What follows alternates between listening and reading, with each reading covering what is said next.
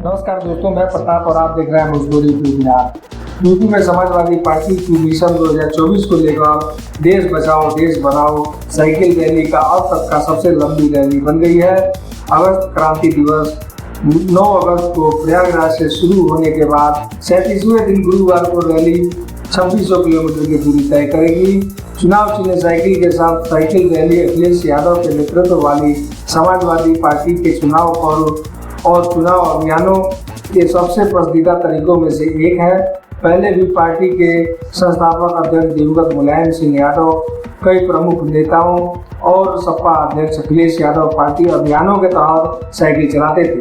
इससे पहले 2019 के लोकसभा चुनाव से पहले 2018-19 में सबसे लंबी देश बचाओ देश बनाओ साइकिल रैली 27 दिनों तक चली थी, जिसमें 1500 किलोमीटर की दूरी तय की गई थी।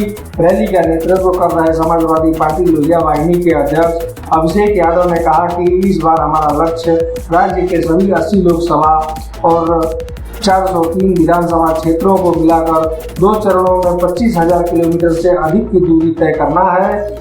पहला चरण 9 अगस्त को शुरू हुआ, जो 22 नवंबर को नेताजी मुलायम सिंह यादव की जयंती पर उनके पैतृक गांव सैफई इटावा में समाप्त होगा।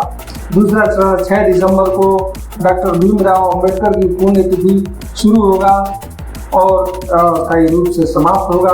लगभग 100 साइकिल चालकों वाली यह रैली प्रयागराज, कौशाम्बी, चित्रकूट, बांदा, फतेहपुर, रायबरेली, प्रतापगढ़, अमेठी, सुल्तानपुर, अम्बेडकर नगर और हैदराबाद से गुजरते हुए वर्तमान में बस्ती को कवर कर रही है। साइकिल चालकों के दल के हिस्से के रूप में एक सहायक वाहन और एक ऑडियो सिस्टम वाहन होता है। सहायक वाहन के कुछ साइकिल मरम्मत किट्स, एक साइकिल मैकेनिक, पानी और जलपान है, जबकि ऑडियो विजुअल वाहन साइकिल चालकों को भाषण देने और रास्ते में एसपी गाने बजाने में मदद करने के लिए स्पीकर और एक सार्वजनिक संबोधन प्रणाली सूचित होता है।